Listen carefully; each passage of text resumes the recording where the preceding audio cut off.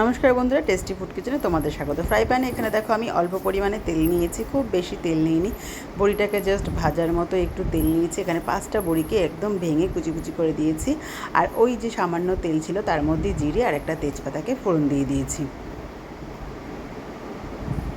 ফোড়নটা একটু করে ভালো করে হলেই আমি এর মধ্যে দিয়ে দেব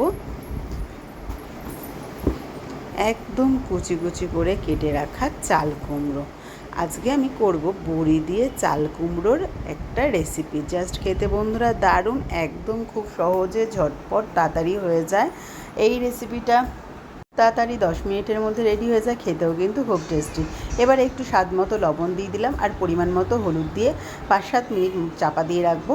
ও তার আগে একটুখানি লঙ্কা কুচি দিয়ে দেবো। ওই 2-3টে লঙ্কা কুচি দিয়েছি, যেহেতু চাল কুমড়ো সেহেতু আমি একটু মিষ্টি মিষ্টি করবো তার জন্য। আর যে যেরকম পারো ঝাল খাবে সেরকমই লঙ্কাটা দিতে পারো। এখানে দেখো আমি ওই 2-3 টুকরো মতো নিয়েছি নারকেল আর বাদাম নিয়েছি, যেটা চীনা বাদাম, সেটাকে আমি একদম শুকনোই একটা পেস্ট করে নিলাম। আর বেশ 10-15 মিনিট পরে চাপাটা খুলে নারকেল আর বাদামের পেস্টটা দিয়ে দিলাম।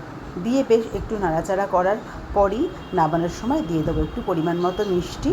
আর এটা একদমই নিরামিষ বলে আমি একটু বেশি মিষ্টি দিয়েছি। আর পুকুসোনা মিষ্টি মিষ্টি তরকারি খেতে খুব ভালোবাসে, ওরকে খাওয়ানোর জন্যই কিন্তু আমি একটু বেশি করে মিষ্টি দিয়েছি। এটা তোমরা স্কিপ করতে পারো, কম দিতে পারো। তো আমার রেসিপিটা একদম রেডি বন্ধুরা। ভালো লাগলে অতি অবশ্যই লাইক কমেন্ট শেয়ার করে দিও। চলো টাটা।